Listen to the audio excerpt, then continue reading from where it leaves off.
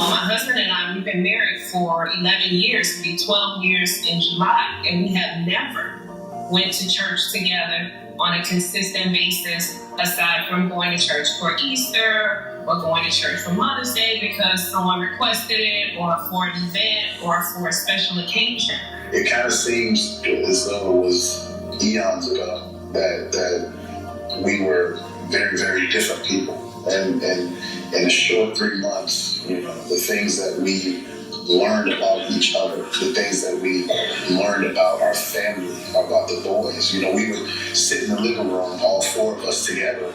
We'd all be in the same room, but we wouldn't all be in the same room. And when I saw the flyer about the baptism, I just knew I had to do it. And when I said it to my husband, he was like, I want to do it too. So when I got a call, I'm riding in my car and the speakerphone is on.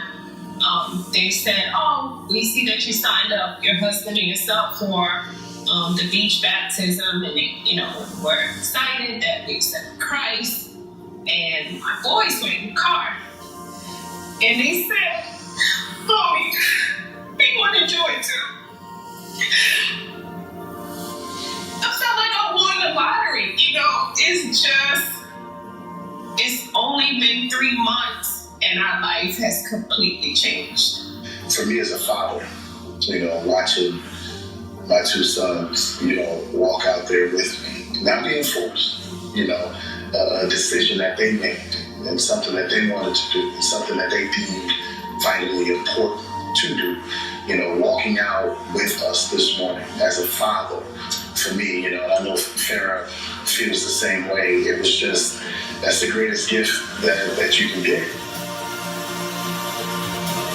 To really have my kids know the meaning of Easter, to have my kids know what Christmas really means. I mean, they had the largest Easter baskets, and they had a 12-foot Christmas tree with every present under it, but they didn't even know. They didn't even know why.